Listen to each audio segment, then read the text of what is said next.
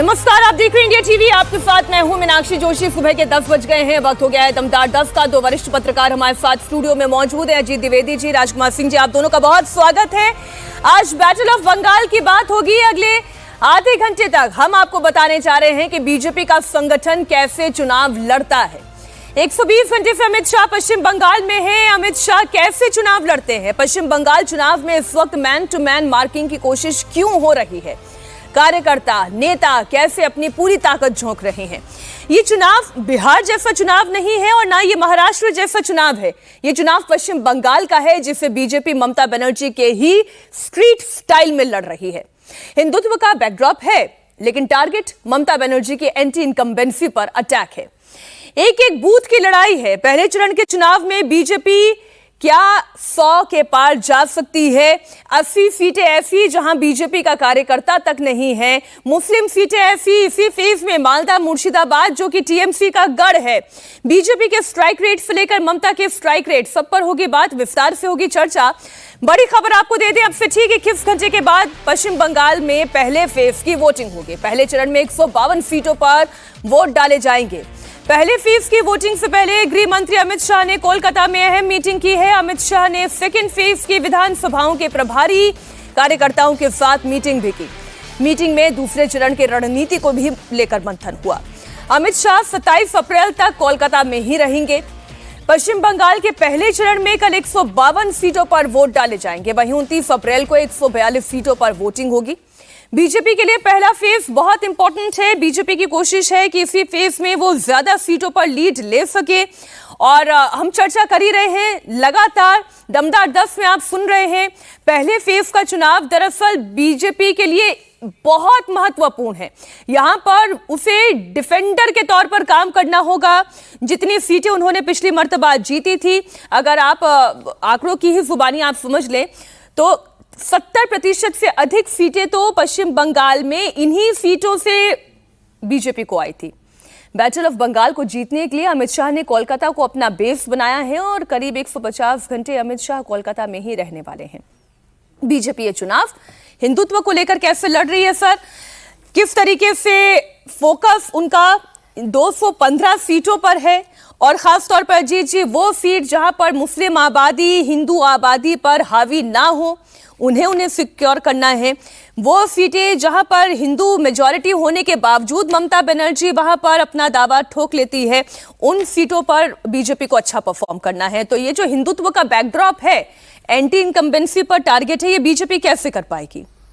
देखिए, पहले फेज को आप दो तरह से देखिए। 152 जो सीटें हैं, एक तो ज्योग्राफिकली और दूसरा न्यूमेरिकली देखें। आप इस ज्योग्राफी को देखें कि ऊपर से ये इलेक्शन हो रहा है नॉर्थ से, जो बीजेपी का बहुत ही स्ट्रॉन्ग होल्ड है, जिसमें दार्जिलिंग भी है, कलिम्पोंग भी है, सिलीगुड़ी भी है, कूच बिहार भी है, अलीपुरद्वार भी है। ये सारी ऐसी सीटें, ऐसे जिले हैं जिन सीटों में भारतीय जनता पार्टी का वोट आधार मजबूत है, हिंदू आबादी कम है। नादिया में भी है, लेकिन वहाँ भी इलेक्शन नहीं है इस बार।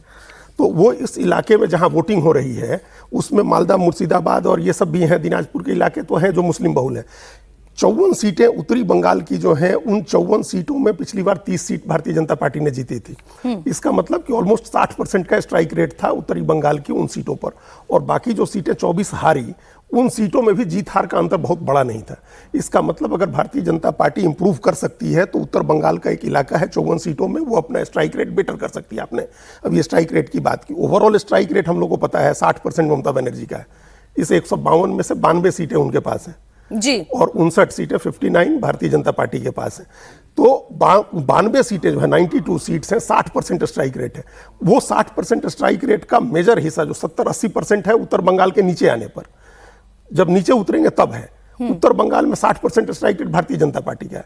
तो एक तो वहां इंप्रूव कर ले, जो कम अंतर से सीटें हारी थी भारतीय जनता पार्टी नॉर्थ बंगाल में, उसमें कुछ गेन कर ले, 5-10 सीटें वहां बढ़ा लें आप। हम 30 कह रहे हैं, अगर 35-40 सीटें वहां ले जाए। एक वो तो ये 5-10 सीटें जो आप कह रहे हैं, वो 5-10 सीटें कौन सी हो सकती हैं? नहीं, वो अलीपुरद्वार में हो सकती है, कूच बिहार में हो सकती है, दार्जिलिंग, शिलोंग और कलिम्पोंग में हो सकती है। ये सिक्किम के मुख्यमंत्री वहां बैठे हुए हैं, कैंप कर रहे हैं। दार्जिलिंग और कलिम्पोंग में 12 सीटें हैं, उन 12 सीटों के लिए वो वहां कैंपेन कर रहे हैं। बीजेपी, आपने कहा ना, मैन टू मैन मार्किंग है, हर कॉन्स्टिट्यूएंसी, हर जिले के लिए लोग लगाए गए हैं। अगर उन सीटों में कुछ इंप्रूव हो जाए और उसके बाद तब जब इधर आए आप साउथ में, साउथ वेस्ट में जो नीचे उतरने पर जो सीटें हैं वहां अगर बहुत पोलराइजेशन एक तो हो जाए, जो हिंदुत्व का आपने कहा बैकड्रॉप, और दूसरा मुर्शिदाबाद और मालदा के इलाके में कांग्रेस इतना डैमेज करे, हम लोग पहले भी इस पर चर्चा कर चुके हैं, कांग्रेस और हुमायूं कबीर ये लोग इतना डैमेज करें, वोट इस तरह से स्प्लिट हो, इस तरह से फ्रेगमेंटेड हो कि बीजेपी जीते। हम दोहरा रहे हैं इस बात को, पहले भी आपके साथ बातचीत में हमने कहा है कि मुसलमान वोट वहीं बटेगा जहां नंबर 2 पर भी मुस्लिम कैंडिडेट है। अगर 2 मुसलमान है, अगर कांग्रेस का भी मुसलमान है और तृणमूल का भी मुसलमान है, वहां तो कोई दिक्कत नहीं है, दोनों अगर वहीं दोनों लड़ाई में है। इन दोनों में इतना वोट बट जाए कि तीसरे नंबर पर से भारतीय जनता पार्टी निकल जाए, तो ये मुस्लिम बहुल सीटों में ऐसा कुछ हो सकता है। हालांकि इसकी संभावना हमको कम इसलिए दिख रही है मीनाक्षी जी, क्योंकि आप वोट परसेंटेज देखिएगा इन 152 सीटों में, तो 10 पर लगभग 7% वोट का अंतर इन 152 में। 47% के करीब तृणमूल कांग्रेस का वोट है और 40% के करीब भारतीय जनता पार्टी का। 7% के वोट के अंतर को भरना, पार करना, ये थोड़ा मुश्किल काम होता है। 7% के अंतर को पार करना है, लेकिन अगर ये बीजेपी पार कर जाती है और पहले फेज में हुई, उन्हें ये लीड बनाकर चलनी होगी। पहले चरण की वोटिंग से पहले लेकिन हिंसा का जो दौर शुरू हुआ है, वो तस्वीरें भी आपके सामने रखनी जरूरी है। दुर्गापुर में बीजेपी और टीएमसी कार्यकर्ताओं के बीच भिड़ंत हो गई। यहां बीजेपी का एक रोड शो चल रहा था, जिस पर टीएमसी के कार्यकर्ताओं ने हमला कर दिया। सुरक्षा बलों ने जबरदस्त लाठीचार्ज किया, जिसके बाद हालात को काबू में करने के लिए अच्छी खासी मशक्कत करनी पड़ी। पश्चिमी मेदिनीपुर की बात करें, बीजेपी उम्मीदवार की बाइक रैली पर हमला हुआ। पश्चिमी मेदिनीपुर के दांतन में उस वक्त बवाल हुआ जब बीजेपी उम्मीदवार अजीत कुमार बाइक रैली निकाल रहे थे। तो आप ये समझ रहे हैं कि ये घबराहट, ये बेचैनी, ये तनाव कितने चरम पर है। बाइक रैली निकल रही थी। अजीत कुमार और उनके समर्थकों का आरोप यह है कि टीएमसी के कार्यकर्ताओं ने बीजेपी के जुलूस पर हमला बोल दिया, मारपीट की, गाड़ियों को आग लगा दी और अचानक हुए इस हमले में बीजेपी के कई कार्यकर्ता घायल हुए हैं। उन्हें अस्पताल तक में एडमिट कराने की नौबत आ गई है। चुनावी हिंसा का ट्रैक रिकॉर्ड जो पश्चिम बंगाल में रहा है, वो भी मैं आपके सामने इसलिए रख रही हूं। और इस बार चुनाव आयोग के लिए तो सबसे बड़ी मुसीबत ही ये है, सबसे बड़ी मुसीबत ही राजकुमार जी ये है कि इस चुनावी हिंसा पर कैसे लगाम लगाई जा सके। इससे पहले पश्चिम बंगाल में कभी नहीं हुआ कि सीएपीएफ के डीजी लेवल के जितने अधिकारी हैं वो सब एक साथ एक मीटिंग में मौजूद थे, जिससे महुआ मोइत्रा ये बताने की कोशिश कर रही थी कि भाई यहाँ से मछली बंद ऑपरेशन की शुरुआत हो गई है। एक रिएक्शन आपको दिखा देते हैं जहां पर यह हमला हुआ। दिलीप घोष ने क्या कहा और फिर स्टूडियो में वापस लौटते हैं। अभी तक शांतिपूर्वक चुनाव का चल रहा था प्रचार, लेकिन कुछ जगह है जहां पहले से गड़बड़ होता था। इस बार आंतला में हुआ है, आंतला बस्ती नातन का। पहले से पुलिस को सूचना था, बाइक रैली था, वहाँ हमारे कैंडिडेट भी थे। रैली खत्म होने के बाद जब वापस आ रहे थे लोग, उस समय उनका ऊपर अटैक किया संख्या लोग इलाका में। और प्रार्थी जो अजीत जाना वहाँ जब गए संभालने के लिए, उनको भी मारा गया, उनका गाड़ी तोड़ा गया। अभी करीब 15-20 कार्यकर्ता हमारे जालेश्वर और बालेश्वर में ट्रीटमेंट के लिए उड़ीसा भेजा गया है। बहुत भयंकर आघात हुआ है। तो ये जो दिलीप घोष कह रहे हैं, इस बात से कौन वाकिफ नहीं है कि पश्चिम बंगाल का चुनाव किस तरीके से लड़ा जाता है। फोर्स की तैनाती, 24 घंटे की लड़ाई, बूथ जैमिंग, सोर्स जैमिंग, न जाने और क्या क्या, ये पश्चिम बंगाल की हकीकत है। राजकुमार जी, इस तरीके का हीटेड इलेक्शन हो रहा है। देखिए, हीटेड इलेक्शन तो पश्चिम बंगाल की विरासत है, हिस्ट्री है। 2021 का चुनाव देख लें, चुनाव के दौरान जो हिंसा हुई, मतदान के बाद जो हिंसा हुई, तो अपने आप में आप सही कह रहे थे कि चुनाव तो टीएमसी और बीजेपी लड़ रहे हैं, बाकी दल भी हैं, लेकिन मुख्य मुकाबला दोनों के बीच है। एक को सत्ता बचाने की चुनौती है, दूसरे को सत्ता में आने की चुनौती है। लेकिन सबसे बड़ी चुनौती चुनाव आयोग के सामने है कि पश्चिम बंगाल में शांतिपूर्ण चुनाव हो, और वो शांतिपूर्ण चुनाव ऐसा भी हो जो स्वतंत्र और निष्पक्ष हो। इन 3 चुनौतियों पर चुनाव आयोग कैसे खरा उतरेगा, मुझे लगता है वो वाकई देखने वाली बात होगी। और जहाँ तक सुरक्षा इंतजामों की बात है, तो आप सर, मैं ये पूछना चाह रही हूँ, क्या ममता बनर्जी डर रही हैं? क्या उन्हें ये लग रहा है कि पहले फेज में अगर बीजेपी ने 90 से ऊपर बढ़त बना ली, वो जो 7% का जो अभी अजीत जी कह रहे थे कि अगर वो गैप बीजेपी ने फिल कर दिया तो फिर टीएमसी का हारना तय है, क्या ये डर ये सब करवा रहा है? देखिए, हम लोग पहले भी चर्चा कर चुके हैं कि ममता बनर्जी के 2011 में मुख्यमंत्री बनने के बाद ये उनके लिए सबसे मुश्किल चुनाव है। पहली बार ऐसा लग रहा है कि ममता बनर्जी का कॉन्फिडेंस डगमगाया हुआ है, सहमी हुई हैं। आक्रामक है वो, लेकिन उस आक्रामकता के पीछे भी कहीं ना कहीं डर है। मतलब offence is the best defence वाली थ्योरी पर शायद वो काम कर रहे हैं। और जहाँ तक 7% की बात है, ओवरऑल बंगाल की बात कर लें तो करीब 9-10% का अंतर था। अगर बीजेपी उस 9-10% के अंतर को कम करने की या पार करने की रणनीति पे काम कर रही है तो 7% मुश्किल नहीं होना चाहिए। लेकिन जहाँ तक पहले राउंड की सीटों की बात है तो जो फासला है 92 और 59, अगर बीजेपी यहाँ 90 पहुँच जाती है, 90 क्रॉस कर जाती है, तो मुझे लगता है ममता बनर्जी के लिए बहुत मुश्किल हो जाएगा। लेकिन बीजेपी के लिए अगर उसकी जो डेमोग्राफी इन सीटों की वो देख लें तो शायद आसान नहीं है। मैं मेदिनीपुर की ही, पश्चिमी और उत्तर मेदिनीपुर की ही बात कर लूं। 15-15 सीटें अजीत जी ठीक वहीं से हैं। सारी हिंसा की जो तस्वीरें हैं वो इसी पश्चिमी मेदिनीपुर से है। अधिकारी जो फैमिली है उनका गढ़ भी यही मेदिनीपुर है। यहाँ पर क्या ममता बनर्जी डर रही हैं, इसलिए ये हिंसा हो रही है? देखिए, एक बात समझिए, दो बातें इसमें समझनी जरूरी है कि एक तो सबसे पहला जो है परसेप्शन बनाना होता है। बीजेपी अगर ये परसेप्शन बनाने की कोशिश कर रही है कि हम चुनाव जीत सकते हैं, पहला परसेप्शन। दूसरा, स्वतंत्र और निष्पक्ष चुनाव होंगे, शांतिपूर्ण चुनाव होंगे। ये परसेप्शन इसलिए जरूरी है ताकि उसका वोटर निकले, डर खत्म हो उसके मन में से। डर नहीं खत्म होगा, वोटर नहीं निकलेंगे अगर एक तरफ ममता बनर्जी के भतीजे अभिषेक बनर्जी डराने की कोशिश कर रहे हैं। वो तो अमित शाह को ही टारगेट कर रहे हैं 12 बजे रात को तक 4 मई को, और जनता को भी डरा रहे हैं। मतदाता को भी उन्होंने कहा कि हम एक एक बूथ वाइज निकाल लेंगे कि किसने किसको वोट दिया है। और ममता बनर्जी तो बड़े दिल वाली हैं, वो माफ कर देती हैं, मैं ऐसा नहीं हूं। तो ये जो धमकी है, इस धमकी की वजह से बीजेपी का वोटर अगर नहीं निकला तो फिर बीजेपी को नुकसान है, फिर नहीं हो पाएगा, नहीं चेंज हो पाएगा। तो बीजेपी की सबसे पहली कोशिश यह है कि ये डर निकालो लोगों के मन से कि इस बार ऐसा कुछ नहीं होगा, कोई हिंसा नहीं होगी, हिंसा मुक्त होगा, भय रहित चुनाव होगा, स्वतंत्र और निष्पक्ष होगा। ये दोनों तरफ से इस बात के प्रयास हो रहे हैं। एक तरफ से ये प्रयास कि जैसा पहले होता था वैसा ही होगा, और अगर तुमने तृणमूल कांग्रेस को वोट नहीं दिया तो हिंसा का शिकार बनोगे तुम। और दूसरी तरफ भारतीय जनता पार्टी का ये परसेप्शन बनाना है कि पहले की तरह नहीं होगा, भारतीय जनता पार्टी आपके साथ खड़ी है, हिंसा नहीं होने देगी, चुनाव आयोग खड़ा है, चुनाव की तमाम मशीनरी तो चुनाव आयोग क्या कर रहा है वो दर्शकों को बता देते हैं। पहले फेज की वोटिंग से पहले बंगाल की एक हिंसक तस्वीर मैंने आपके सामने रखी है। चुनाव आयोग ये कह रहा है कि उपद्रवियों पर शिकंजा कसने के लिए सुरक्षा के भारी बंदोबस्त है।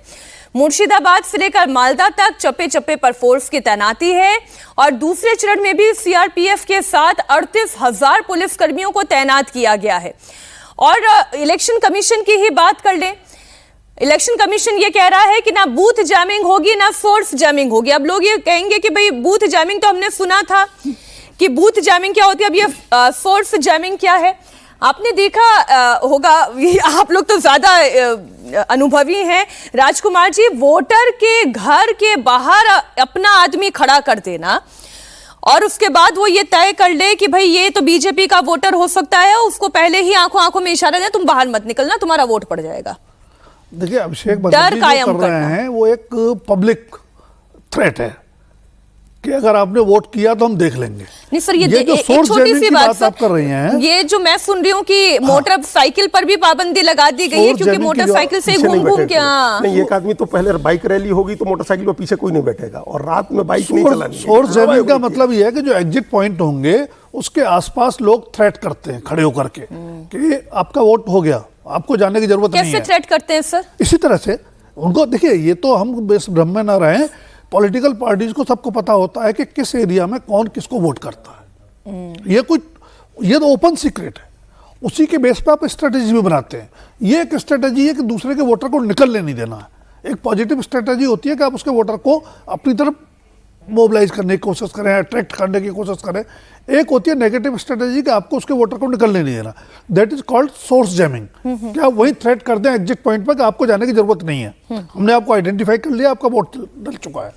नहीं, मैं मछली पॉलिटिक्स पर आऊं उससे पहले एक और, ये जो क्लाउड कैमरा जो है उन सब का इस्तेमाल की बात हो रही है, जिस तरीके से नजर रखने की बात हो रही है, इसे जरा दर्शकों तक पहुंचाना बहुत जरूरी है। ये क्लाउड कैमरा ये भी पहली बार हो रहा है, ये डर है चुनाव आयोग में, और उन्होंने अगर सुरक्षा का भाव पैदा कर दिया तो पश्चिम बंगाल विधानसभा चुनाव में अभी जैसे राजकुमार जी बताए थे कि पहली बार है कि गाड़ियों को क्लाउड कैमरे से एक तो जोड़ा जाएगा। ये अजीत जी इसका क्या जितनी बार इस तरह के उपाय हुए हैं ना, जैसे जब वीडियोग्राफी शुरू हुई तो उससे भी कुछ चेंज हुआ। जब वीडियोग्राफी होने लगी बूथ पर और बूथ के बाहर तो उसे चेंज हुआ, लोगों में एक हौसला बढ़ा, लोग आने लगे, धांधली रुकी, बोगस वोटिंग रुकी। इस तरह से अगर क्लाउड कैमरे से आप निगरानी कर रहे हैं और उसको आपने जोड़ रखा है, कहीं आपने उसका एक सेंट्रल कमांड बनी हुई है, वहां उसके फीड देखे जा रहे हैं, लाइव मॉनिटर किया जा रहा है उसको, तो रियल टाइम में किसी भी जगह पर हिंसा को रोका जा सकता है। तो इन सब का अर्थ जो, इन सब का मकसद सिर्फ ये धारणा बनाना है लोगों के मन में, भेजी जा रही है और हजारों रियल टाइम में हिंसा को रोकना, ये सबसे बड़ा चैलेंज है। और लोगों के मन में अगर ये बात आ गई कि ठीक है, चुनाव आयोग भी है, सीआरपीएफ भी है, सेंट्रल फोर्सेज भी हैं और रियल टाइम में हिंसा रोकी जा सकती है, तृणमूल कांग्रेस के गुंडे इस बार गुंडागर्दी नहीं कर पाएंगे। ये सारी कोशिश 90+ जाने के लिए ना, पहले फेज की सारी कोशिश, ये चुनाव आयोग की कोशिश जो है वो फेयर एंड फ्री इलेक्शंस की है और बीजेपी को इसका लाभ बीजेपी की कोशिश कह रहे हैं, बीजेपी की कोशिश इसका लाभ उठाना है। अगर चुनाव आयोग के प्रयासों से, सेंट्रल फोर्सेज की तैनाती से, बीजेपी के अपने कैंपेन से लोगों के मन से फियर निकल जाता है, लोग खुल करके वोट डालने निकलते हैं, तो निश्चित रूप से इसका फायदा भारतीय जनता पार्टी को होगा। बंगाल में चुनाव है और इस बीच मछली पॉलिटिक्स भी जमकर हो रही है। टीएमसी बार बार ये नैरेटिव बना रही है कि अगर बीजेपी सत्ता में आई तो मछली और मांस बंद कर देगी। बीजेपी के कैंडिडेट्स भी इस बार तो मछली के साथ प्रचार करते हुए नजर आ रहे हैं। एक बड़ी इंटरेस्टिंग तस्वीर है, पूर्व केंद्रीय मंत्री अनुराग ठाकुर मछली भात खाते हुए दिखाई दिए। ये भी बंगाल की सियासत में खूब चर्चा का केंद्र है। ज्यादा मछली के बारे में मुझे पता नहीं, लेकिन मैं जो सोशल मीडिया में देख रही थी तो उसमें लिखा था कि फलाना नेता रोहू मछली खाता है, फलाना नेता कोई फलानी मछली खाता है। ये तो बंगाल में, पूर्वी पश्चिम बंगाल में इतना डिवीजन है खान पान के उसमें। नहीं तो ये मछली वाला जो नैरेटिव है ना सर, जो पश्चिम बंगाल में ममता बनर्जी गढ़ने की कोशिश कर रही है कि बीजेपी आई तो मछली खाना बंद, तो आप उसकी तस्वीर देख ले, जमकर मछली उड़ाई जा रही है। तो ये इस नैरेटिव को भी बहुत अच्छे से काउंटर किया बीजेपी ने। राजकुमार जी, एक पहले मैं हल्की फुल्की टिप्पणी कर दूं। हाँ, कि हम लोग पहले सुनते थे इश्क नचाई बीच बाजार, तो राजनीति क्या क्या करा देती है वो हम देख रहे हैं कि आपको मैसेज देने के लिए मछली खाते हुए अपनी फोटो और वीडियो डालने पड़ रहे हैं। अब आते हैं मुद्दे, मंगलवार के दिन मंगलवार के दिन मतलब नेता वोट के लिए कुछ भी करेगा, लेकिन अब आते हैं मुद्दे की बात। सर मछली खाते होंगे, लेकिन देखें आप क्या खाते हो, दिखाते नहीं है। खा रहे हैं, दिखा भी हाँ, अब दिखा रहे हैं क्योंकि आपको वोट चाहिए, आपको मैसेज देना है। लेकिन अब कुल मिला के गंभीर बात को अगर देखें कि खान पान चुनावी मुद्दा बने, मुझे लगता है खान पान, रहन सहन, पहनावा, ये आपकी निजी जिंदगी है, आपकी निजी चॉइस है। आप आदर्शवादी बातें कर रहे हैं, पॉलिटिक्स का आदर्शवादी बातों से क्या कनेक्शन? क्यों बनना है? क्योंकि ममता बनर्जी ने उसको मुद्दा बना दिया। बिल्कुल कि अगर बीजेपी आएगी तो खान पान पर रोक लग जाएगी। आप देखिए नॉर्थ ईस्ट में बीजेपी नहीं है क्या? वहां के खान पान की आदतें क्या है? वहां कोई रोक लगी, कोई प्रतिबंध है, कोई समस्या है क्या? तो कुल मिला के बीजेपी ने उस खतरे को भांपा समय रहते और उसको काउंटर करने की कोशिश पूरी हो बंगाल रही चुनाव है। का स्वाद बदल गया। देखिए ये कल्चरल वॉर का हिस्सा है। ये ममता बनर्जी ने इलेक्शन को पॉलिटिकल और इलेक्टोरल वॉर से, मछली, बिल्कुल इलेक्टोरल वॉर से कल्चरल वॉर को तक ले गई हैं ममता बनर्जी। और उनको पता है कि ये आइडियोलॉजी की, कल्चर की भी लड़ाई है और वो तभी जीत सकती हैं जब बांग्ला अस्मिता, बांग्ला भाषा, बांग्ला कल्चर, बांग्ला खान पान, बांग्ला पहनावा, इसको हाईलाइट करें। ये समस्या उनके साथ इस बार क्या हुई है मीनाक्षी जी की, ये पहला चुनाव है जो हम देख रहे हैं अपने, हम 40 साल से लगभग चुनाव देख रहे हैं कि जब बंगाली हिंदू जो है वो ममता बनर्जी से दूर जा रहा है। इसके पहले बंगाली हिंदू अपने को बंगाली मुस्लिम के बहुत करीब मानता था, उसको लगता था कि हम लोग एक जैसा खाना खाते हैं, एक जैसा पहनावा है, एक जैसा बोलते हैं। तो बाहर का जो हिंदू है, गैर बांग्ला भाषी जो हिंदू है, उसके मुकाबले बांग्ला बोलने वाला मुसलमान हमारे ज्यादा करीब है और इसकी वजह से वो चुनाव जीतती थी। ममता बनर्जी जीतती थी, इसके पहले इसी वजह से लेफ्ट जीतता था। कि पहली बार हो रहा है कि बंगाली बोलने वाला हिंदू अपने को बंगाली मुस्लिम से दूर कर रहा है, उसको लग रहा है कि ये थ्रेट है हमारे लिए, ये जो डेमोग्राफिक स्ट्रक्चर बदल रहा है हमारे बच्चों के भविष्य के लिए ये थ्रेट है।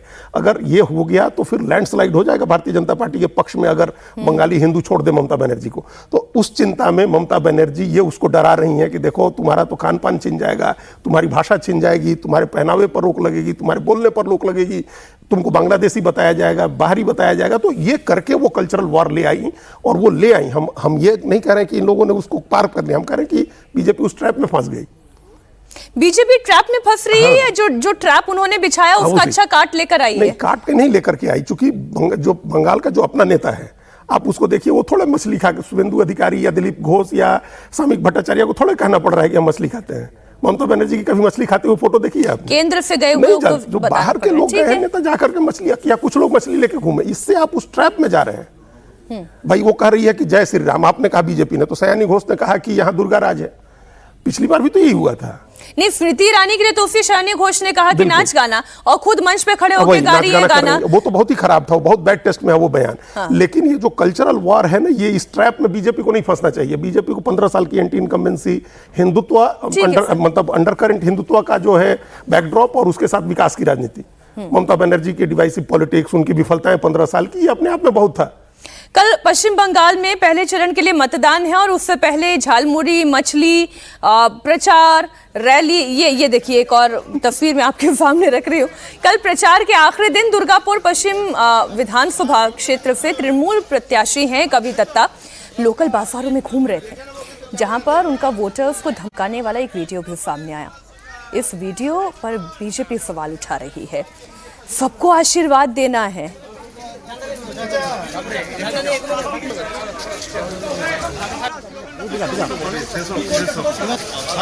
अभी तो ब्रेक के बाद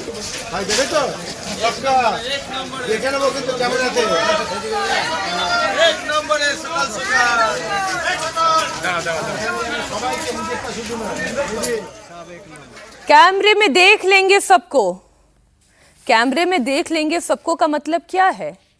मतलब तो यही है कि वो ये डरा रहे हैं, धमका रहे हैं कि तुम कहाँ वोट देने जा रहे हो, हम कैमरे में सबको देख लेंगे। ये देखिए, कुछ प्यार से मुस्कुरा के डराते हैं, कुछ आंखें चढ़ा कर डराते हैं, कुछ बाइक रैली पर हमला करके डराते हैं, और इसी फियर फैक्टर को खत्म करने की कोशिश बीजेपी कर रही है। पश्चिम बंगाल चुनाव से जुड़ी हुई एक और बड़ी खबर, राहुल गांधी का कोलकाता दौरा कैंसिल हो गया है। राहुल गांधी 23 अप्रैल को चुनाव प्रचार के लिए कोलकाता आने वाले थे।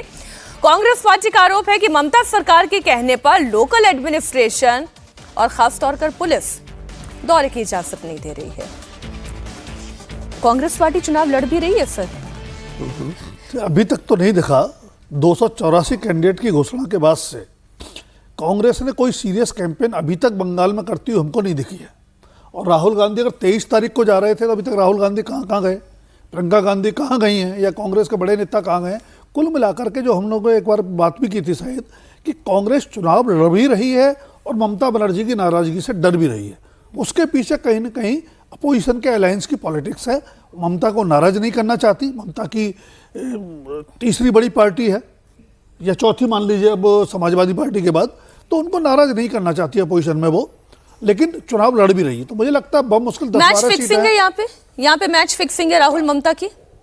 नहीं, वो अनडिक्लेयर्ड रूप से मतलब ये कह सकते हैं हम लोग, लेकिन जो मालदा मुर्शिदाबाद के जिस इलाके में अधीर रंजन चौधरी, बेगम मौसम नूर, और ये जो ये गनीखा चौधरी के भतीजे हैं ईशा खां चौधरी, जो तो एमपी है, लोकल स्ट्रेंथ पे वो लड़ रहे हैं। हाँ, लेकिन राहुल गांधी का जो एक ही अभी एक बार वो गए हैं पश्चिम बंगाल, तो वो उसी इलाके में गए। 23 तारीख को तो सेकंड फेज के लिए जा रहे थे, जिसमें कांग्रेस नहीं लड़। सेकंड फेज की लड़ाई में कांग्रेस को कुछ हाथ नहीं लगना है।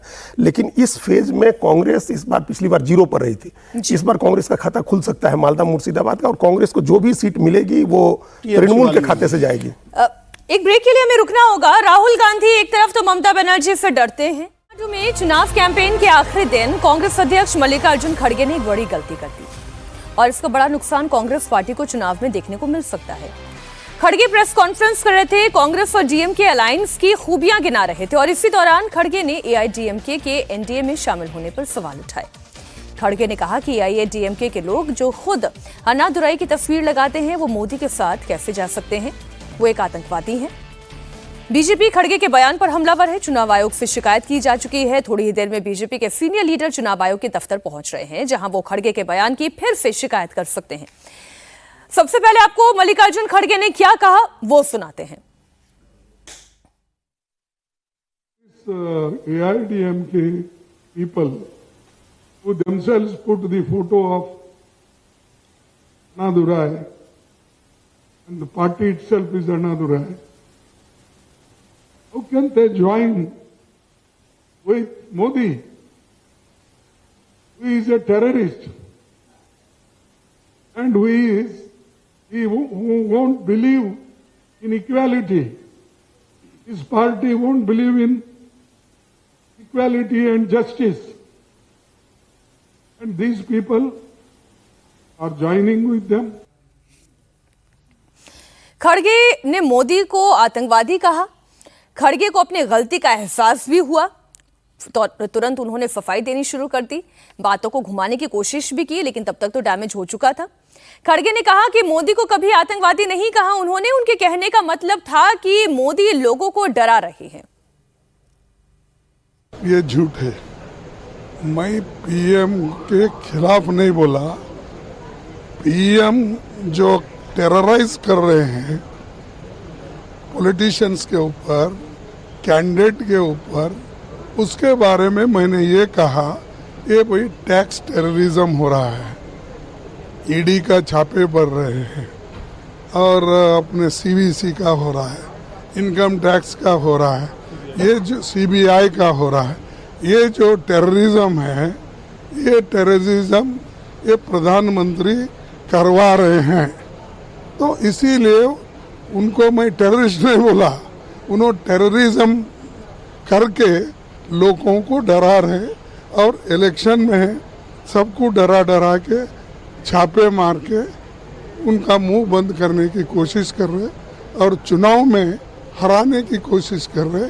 ये बातें हमने मद्रास में, चेन्नई में कहा। डर क्या होता है वो तो पश्चिम बंगाल में देखना चाहिए। राहुल गांधी रैली करने नहीं जा पा रहे हैं और जो डैमेज मल्लिकार्जुन खड़गे कर चुके हैं, अब जिस तरह से वो इसे कंट्रोल करने की कोशिश कर रहे हैं वो भी गले उतर नहीं रही है। कहा तो उन्होंने टेररिस्ट ही था और इसी को बीजेपी ने मुद्दा भी बनाया है।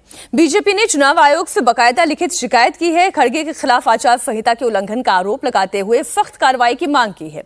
बीजेपी के सीनियर लीडर्स निर्मला सीतारमण, केंद्रीय मंत्री किरण रिजिजू, केंद्रीय मंत्री अर्जुन राम मेघवाल, राष्ट्रीय महासचिव अरुण सिंह चुनाव आयोग के दफ्तर पहुंच रहे हैं, जहां पर खड़गे के बयान को लेकर वो आपत्ति दर्ज कराएंगे।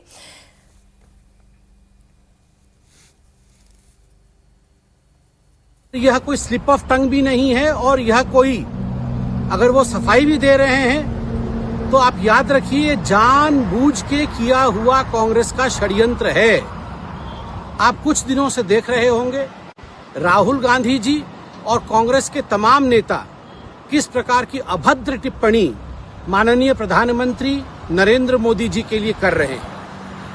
हर दिन राहुल गांधी जी अपने भाषण में प्रधानमंत्री जी के साथ तू तड़ाक वाला व्यवहार करते हैं और आज तो अति हो गई जब राहुल जी के कहने पर मल्लिकार्जुन खड़गे जी ने प्रधानमंत्री जी को टेररिस्ट कह दिया। ये वही कांग्रेस पार्टी है जो ओसामा बिन लाडेन को ओसामा जी कहती है। ये वही कांग्रेस पार्टी है जो बड़े बड़े आतंकवादियों के साथ खड़ी नजर आती है मगर प्रधानमंत्री नरेंद्र मोदी जी को आतंकवादी कहती है। ये वही कांग्रेस पार्टी है जो जाकिर नायक को अपोस्टल ऑफ पीस, शांति का दूत बताती है, क्योंकि वो 33% महिलाओं के लिए आरक्षण चाहते थे विधानसभा में और लोकसभा में, इसलिए वो आतंकवादी हो गए। ये कांग्रेस पार्टी का चरित्र है। इस बीच बीजेपी डेलीगेशन चुनाव आयोग भी पहुंच चुका है। मल्लिकार्जुन खड़गे की शिकायत को लेकर बीजेपी डेलीगेशन चुनाव आयोग पहुंचा है। ये क्या कांग्रेस पार्टी को बहुत भारी पड़ने जा रहा है, क्योंकि ये कोई स्लिप ऑफ टंग नहीं था। मल्लिकार्जुन खड़गे ने टेररिस्ट ही कहा था, फिर उन्होंने लीपापोती की। अजीत जी, उन्होंने ये कहा कि टैक्स टेररिज्म, ईडी टेररिज्म, लोगों को डराना धमकाना। तो आप यही बोल देते, आपने टेररिज्म क्यों लेकर आए शब्द? और वही बोला ही और जाता आपने है। टेररिस्ट ही बोला है। बिल्कुल। और टेररिज्म और टेररिस्ट बड़ी स्पष्ट और उसकी स्पष्ट परिभाषा है और एक खास संदर्भ में उस शब्द का इस्तेमाल किया जाता है। वो ऐसा शब्द नहीं है जिसको आप किसी के लिए या किसी के किसी भी एक्शन के लिए इस्तेमाल करना है। टेररिज्म और टेररिस्ट शब्द ऐसे नहीं है। उनका एक निश्चित अर्थ है। और जो बाकी चीजें उन्होंने कही कि थ्रेट कर रहा है, उसके लिए कहा जाता है कि थ्रेट करते हैं, उनको कहा जाता है कि एजेंसीज का दुरुपयोग करते हैं, मिसयूज करते हैं, ये कहा जाता है कि राजनीतिक बदले की भावना से कार्रवाई करते हैं। जब इतने शब्द ऑलरेडी हैं, इतने विशेषण ऑलरेडी हैं जो इस्तेमाल किए जाते हैं, विपक्षी इस्तेमाल करता है, आपने उन सबको छोड़ करके ये कहा, तो ये कोई ऐसा नहीं है कि अनजाने में कह दिया। ये लगातार मल्लिकार्जुन खड़गे का भी एक है, इतनी उम्र हो गई, इतने अनुभवी राजनेता हैं, लेकिन वो लगातार प्रधानमंत्री के लिए इस तरह के शब्दों का इस्तेमाल करते हैं, हालांकि उसका कोई राजनीतिक लाभ नहीं है। आप जब एक वैचारिक लड़ाई लड़ रहे होते हैं तो आप इंडिविजुअल के ऊपर, लेकिन नुकसान तो है ना सर, नुकसान तो है। देखिए मीनाक्षी जी, सबसे इसमें चुनाव आयोग कुछ नहीं करता है। सबसे बड़ी बात क्या है कि चुनाव आयोग किसी के भी किसी तरह के बयान पर कोई कार्रवाई नहीं करता। लोग भड़काऊ बातें करते हैं, लोग धर्म के आधार पर, जाति के आधार पर मांगते हैं, लोग वोट मांगते हैं, मतदाताओं को धमकाते हैं, नेताओं के बारे में अपशब्द बोलते हैं, और चुनाव आयोग किसी के खिलाफ कार्रवाई नहीं करता है। एकदम बिना मतलब टूथलेस जिसको बोलते हैं, आप सख्त कार्रवाई करिए, किसी भी पार्टी का हो, जो भी आदमी भड़काऊ बयान बोल रहा है, जो भी नेताओं के खिलाफ अपशब्द कर, आप सख्त कार्रवाई करें। मल्लिकार्जुन खड़गे बार बार ये जो कर रहे हैं, या जो राहुल गांधी भी जिस तरीके की अशोभनीय टिप्पणी प्रधानमंत्री नरेंद्र मोदी पर कर देते हैं, उससे कांग्रेस को कोई लाभ तो होता नहीं, उल्टा नुकसान और होता है। और तमिलनाडु में इस तरीके की बात कह के उन्होंने क्या लाभ कमा लिया? भाई हो सकता है कार्यकर्ता ताली बजा लेते हो, खुश हो लेते हो, लेकिन आम जनता पे इन चीज़ों का बहुत नेगेटिव असर होता है। आपकी छवि गिरती है, आपकी साख गिरती है। लेकिन मल्लिकार्जुन खड़गे इस मामले में अधीर रंजन चौधरी वाली भी एस्केप रूट नहीं ले सकते। अधीर रंजन चौधरी कई बार अपने उल जलूल बातों के लिए कहते थे मेरी हिंदी खराब है, लेकिन मल्लिकार्जुन खड़गे तो अंग्रेजी भी बोल रहे हैं और साफ साफ टेररिस्ट बोल रहे हैं, तो उससे बचने का कोई रास्ता उनके पास नहीं है। जहाँ तक राजनीतिक प्रतिशोध की बात है, डराने धमकाने की बात है एजेंसियों के थ्रू, उसको लेकर के तो अपोजिशन के सारे दल सुप्रीम कोर्ट में गए थे 2024 के लोकसभा चुनाव से पहले। क्या हुआ? वो भी नहीं माना गया। तीसरी बात, लेकिन मैं एक बात और कहूँगा कि राजनीति में जिस तरह का स्तर गिरता जा रहा है भाषा का, वो बहुत गंभीर बात है। और यही शब्द प्रधानमंत्री नरेंद्र मोदी के लिए 3 अप्रैल 2019 को चित्तूर की एक चुनावी रैली में चंद्रबाबू नायडू ने कहा था। उन्होंने उनको हार्डकोर आतंकवादी कहा था गुजरात दंगों का जिक्र करते हुए। तो कुल मिलाकर के इन बयानों पर, इस तरह की हरकतों पर रोक कब लगेगी? आप नीतियों पर चुनाव लड़िए, आलोचना करिए नीतियों की, व्यक्ति की आलोचना करिए, पर आपत्तिजनक सब तो अस्वीकार है। इस वक्त शोएब रजा, इंडिया टीवी संवाददाता, चुनाव आयोग के दफ्तर से ही हमारे साथ लाइव जुड़े हुए हैं। शोएब, जरा तस्वीरें दिखाएं, और बीजेपी इस मुद्दे को कितना सीरियसली, कितनी गंभीरता से ले रही है, और क्या इससे कोई चुनावी लाभ बीजेपी को या कोई चुनावी नुकसान कांग्रेस पार्टी को हो सकता है? मीनाक्षी, देखिए इतिहास तो यही बताता है कि जब जब भी इस तरह के शब्दों का इस्तेमाल प्रधानमंत्री नरेंद्र मोदी के खिलाफ किया गया है कांग्रेस के द्वारा, तब तब बीजेपी को लाभ मिला है। पिछले कुछ सालों में इस तरह के जब जब भी शब्द इस्तेमाल किए गए हैं। चुनाव की जहां तक बात है, अभी कुछ देर पहले ही किरण रिजिजू यहाँ पर पहुंचे हैं। इसके अलावा निर्मला सीतारमन यहाँ पर पहुंचेगी। इसके अलावा 2 लोग और शामिल रहेंगे, यानी कि 4 लोगों का इसमें डेलीगेशन है। हालांकि थोड़ा दूरी पर हम हैं यहाँ, कुछ देर के बाद यहीं पर आएंगे किरण रिजिजू और तमाम जो बीजेपी के नेता है। शिकायत करने के बाद कल हमने देखा कि इस मामले में एक लेटर भी लिखा गया था और कार्रवाई करने की जो मांग है वो बीजेपी की तरफ से की गई थी। और कल ही चूंकि चुनाव भी है, वोट मतदान का दिन है, उससे पहले लगातार कल से ही जब से जिस तरह से शब्दों का इस्तेमाल प्रधानमंत्री के खिलाफ किया गया मल्लिकार्जुन खड़गे की तरफ से, उसके बाद से ही लगातार बीजेपी हमलावर है कांग्रेस के खिलाफ और मल्लिकार्जुन खड़गे के खिलाफ वो कार्रवाई चाहती है। इसीलिए कल हमने कई प्रेस कॉन्फ्रेंस भी देखी, कई नेताओं के बयान भी देखे, और आज शिकायत दर्ज कराने के लिए पहुंची है चुनाव आयोग बीजेपी। वो यही चाहती है। ताज़ा तस्वीरें आती हैं तो हम दोबारा आपके पास जरूर लौटेंगे। फिलहाल आप नजर बनाए रखें, शुक्रिया। अब दमदार 10 में हम बात करेंगे मिडिल ईस्ट में चल रही जंग की। एक पॉलिटिकल जंग है और एक ये वाकई में जंग लड़ी जा रही है गोला बारूद से। अमेरिका ने अपनी तरफ से सीज फायर बढ़ाने का ऐलान कर दिया है। ये बड़ी खबर है। ये ट्रंप का एक तरफा ऐलान है। ट्रंप का कहना है कि उन्होंने सीज फायर बढ़ाने का फैसला पाकिस्तान की अपील के बाद किया और वो ईरान के प्रस्ताव का इंतजार कर रहे हैं। ट्रंप ने कहा है कि वो अभी ईरान पर हमला नहीं करेंगे, लेकिन हॉर्मूज की नाकाबंदी जारी रहेगी। इसके साथ ही अमेरिका के उपराष्ट्रपति जेडी वेंस का इस्लामाबाद दौरा भी रद्द हो गया है। तो बड़ा टेक अवे तो इस बड़ी खबर का ये है कि पाकिस्तान की इतनी बड़ी कोई हैसियत तो है नहीं कि वो बताएं, दबाव डाले अमेरिका पर और अमेरिका उस बात को मान ले। मतलब तो सीधा यही है कि अमेरिका खुद चाहता है कि ये सीज फायर कंटिन्यू रहे, जो मैं समझ पा रही हूँ इस खबर से। सवाल यह है कि आखिर ईरान दूसरे राउंड की बातचीत के लिए तैयार क्यों नहीं है। ईरान का कहना है कि अमेरिका ने पहले राउंड की बातचीत में ही सहमति की शर्तों को निभाया नहीं। ईरान और अमेरिका के बीच 10 पॉइंट का एक फ्रेमवर्क तैयार किया गया था, लेकिन अमेरिका की डिमांड उसके बाद भी बढ़ती चली गई। जब ईरान ने स्ट्रेट ऑफ हॉर्मुज खोलने का ऐलान किया था, इसके बावजूद अमेरिका ईरान के बंदरगाहों की नाकेबंदी करता रहा और हमने तस्वीरें भी आपको दिखाई कि कैसे उनके मरीन्स जो हैं उस जहाज पर, ईरानी जहाज पर उतरे, उसे टेक ओवर कर लिया। ईरान की जहाज पर फायरिंग भी हुई है, मॉडल वेसल टॉस्का, जिसकी हमने तस्वीरें आपको दिखाई थी। तो पहला मुद्दा तो यही है राजकुमार जी कि अमेरिका खुद ये जंग अभी सीज फायर मोड पर रखना चाह रहा है, क्योंकि मैं नहीं मानती कि पाकिस्तान की इतनी बड़ी हैसियत है कि वो अमेरिका पर दबाव डाले और ये कहे कि आप सीज फायर को कंटिन्यू करें। नहीं, ट्रंप ने ये नहीं कहा कि दबाव डाला। ट्रंप ने कहा पाकिस्तान ने रिक्वेस्ट किया मुझसे तो मैं इसको बढ़ा रहा हूं। लेकिन एक तरफा युद्ध विराम या संघर्ष विराम जो बढ़ाया जाता है तो बढ़ाने वाले की कमजोरी को ही शो करता है, या आप ऐसे मान लें कि उसको संघर्ष विराम की ज्यादा जरूरत है। अब ईरान क्यों नानुकुर कर रहा है, उसका एक कारण आपने बता दिया कि जिन 10 बिंदुओं पर सहमति हुई थी अमेरिका उससे हटता गया, और इस बीच में आप देखें अमेरिका और ईरान के बीच मिसट्रस्ट लगातार बढ़ता गया। ट्रस्ट डेफिसिट एक तरह से खाई नहीं समंदर बनता जा रहा है जी। तो जब आपके बीच कोई म्यूचुअल ग्राउंड नहीं होगा, म्यूचुअल ट्रस्ट नहीं होगा, तो कोई शांति वार्ता हो नहीं सकती। दूसरा, शांति वार्ता की गंभीरता को लेकर अगर आप देखें तो अमेरिका की क्रेडिबिलिटी बहुत लो है।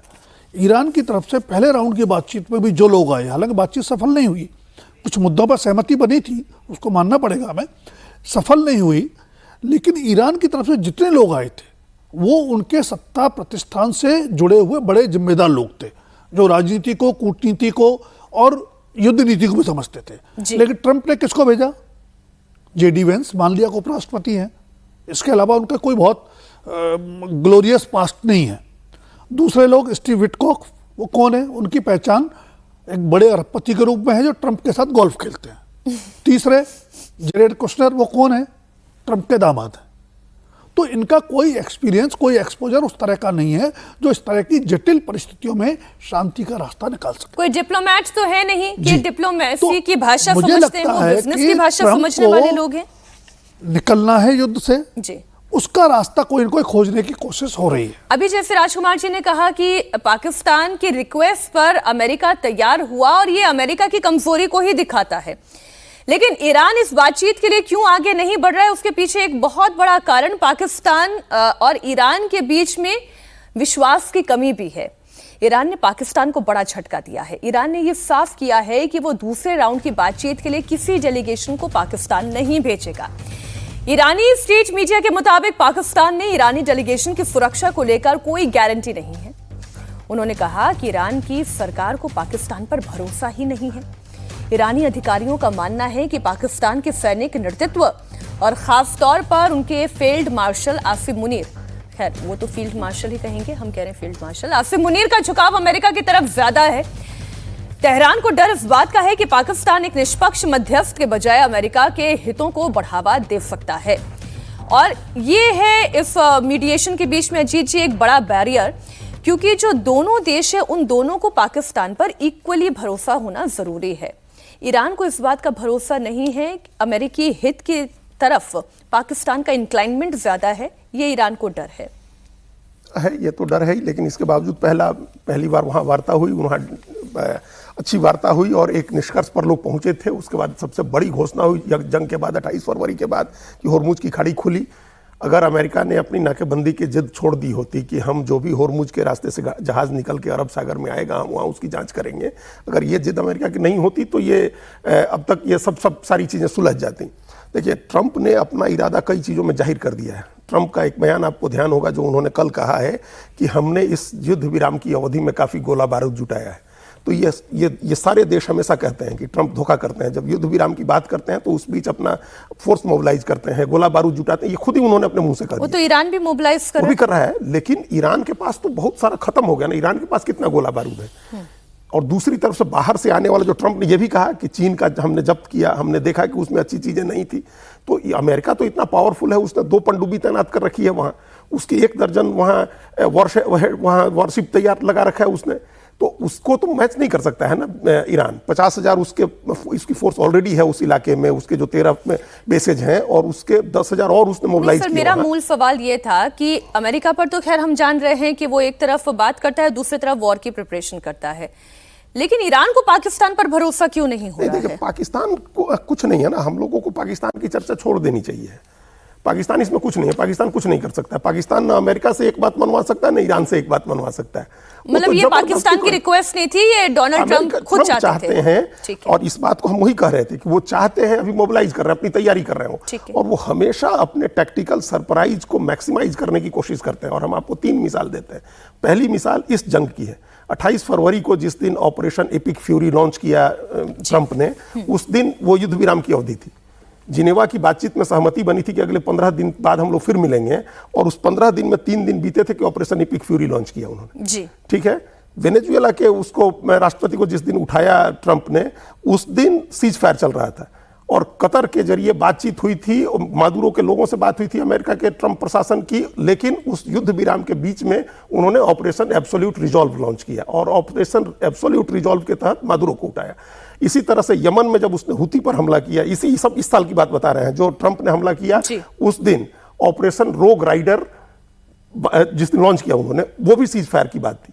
उस मामले में भी ओमान के जरिए बातचीत हो रही थी, और उस बातचीत के बीच में उसने लॉन्च किया। तो वो बातचीत करते रहते हैं, सीज फायर करते हैं, उस बीच अपना मोबिलाइज करते हैं, टैक्टिकल सपोर्ट जुटाते हैं, और अपने टैक्टिकल जो उनका सरप्राइज है उसको मैक्सिमाइज करने की कोशिश करते हैं। तो ये सब कुछ जो हो रहा है वो सब अमेरिका को तय करना है, ट्रंप को तय करना है कि शांति वार्ता चाहेंगे तो हो जाएगा, नहीं चाहेंगे। वही ईरान कह भी रहा है कि अगर आप वाकई में शांति चाहते हैं तो अमेरिका को नाकाबंदी तो हटानी होगी।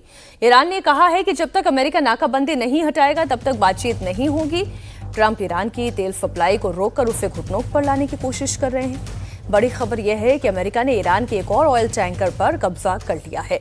इस ईरानी टैंकर का नाम टिफानी है, जो खाक आइलैंड से लोड हुआ था और चीन जा रहा था। जहाज पर करीब 20 लाख बैरल ईरानी कच्चा तेल था, जिसे अमेरिकी फौज ने सीज कर लिया है। अमेरिकी नेवी ने यह ऑपरेशन हिंद महासागर में श्रीलंका के पास किया है। यानी अमेरिका की नाकाबंदी का दायरा अब सिर्फ ओमान की खाड़ी तक नहीं है, बल्कि वो समंदर में कहीं भी ईरान के जहाज पर कब्जा कर रहा है। ऑयल टैंकर पर अमेरिकी कार्रवाई से जाहिर है ईरान भड़केगा और भड़का हुआ है। ईरान की धमकी है कि अमेरिकी नेवी को इसका अंजाम भुगतना पड़ेगा। अगर अमेरिका ने नाकाबंदी नहीं हटाई तो ईरान ताकत से उसे हटाएगा। IRGC के एरोस्पेस कमांडर माजिद मुफवी ने गल्फ देशों को कड़ी चेतावनी दी है। एरोस्पेस कमांडर माजिद ने कहा है कि पड़ोसी देशों को यह जान लेना चाहिए कि अगर उसकी जमीन का इस्तेमाल दुश्मन ने ईरान पर हमला करने के लिए किया तो अंजाम बहुत बुरा होगा। गल्फ देशों को अपने यहाँ ऑयल प्रोडक्शन को हमेशा के लिए अलविदा कहना होगा। यही इतना बड़ा डर है राजकुमार जी, ये जो डर ईरान पैदा कर रहा है खाड़ी देशों में कि अगर आपने दुश्मन को अपनी ज़मीन का इस्तेमाल करने दिया तो हमेशा के लिए आपको अपनी ऑयल फील्ड को अलविदा कहना होगा। और ये खतरा केवल फिर गल्फ देशों का नहीं है, ये भारत के लिए भी खतरा है। ये उन तमाम देशों के लिए खतरा है जो यहाँ से तेल आयात कर रहे हैं। देखिए, युद्ध में हर पक्ष जो अपने स्ट्रॉन्ग पॉइंट होते हैं उस पर फोकस करता है। अमेरिका के पास आर्थिक संपन्नता है, सैन्य शक्ति है। ईरान के पास क्या है? तेल है और उसकी भौगोलिक स्थिति है। और ईरान ही अपने आप में न्यूक्लियर बॉम्ब है, अभी तो ऐसा लग रहा है मंदेव है जी। तो अगर वो उसको रोक लेता है तो प्रेशराइज कर सकता है, वही उसने किया भी। लेकिन ये समझना होगा अमेरिका को, हम अमेरिका की बात से कह रहे हैं कि उसने ओमान की खाड़ी से बाहर जाके भी हिंद महासागर में ईरानी शिप पर कब्जा किया। ये दोनों की दादागिरी में या दोनों के संघर्ष में बाकी दुनिया के देश सफर कर रहे हैं। इसीलिए पिछले हफ्ते 50 देशों की वर्चुअल मीटिंग हुई, और अभी पिछले दिन 2 दिन पहले 30 देशों में सहमति बनी है कि स्थितियां थोड़ी बेहतर हों तो फ्रीडम ऑफ नेविगेशन को वहां लागू किया जाए सही मायने में। तो जब तक बाकी देश दुनिया के एकजुट होकर के इन दोनों पर दबाव नहीं डालेंगे कि अपनी दादागिरी को रोकिए, शांतिपूर्ण बातचीत के टेबल पर बैठिए, तब तक रास्ता निकलेगा नहीं। और ये रास्ता निकालने के लिए सबसे पहले तो अमेरिका को नाकाबंदी हटानी होगी। अब ये सीज फायर कितने दिनों तक कायम रह पाएगा? और डोनाल्ड ट्रंप की तरफ से क्योंकि एक तरफा ऐलान है, और ईरान ये कह रहा है कि जब तक ये ब्लॉकेड नहीं हटेगा तब तक ये बातचीत की टेबल पर ईरान कभी नहीं आएगा। दमदार 10 में आज बस इतना ही। राजकुमार जी आपका भी, अजीत जी आपका भी बहुत शुक्रिया हमारे साथ जुड़ने के लिए।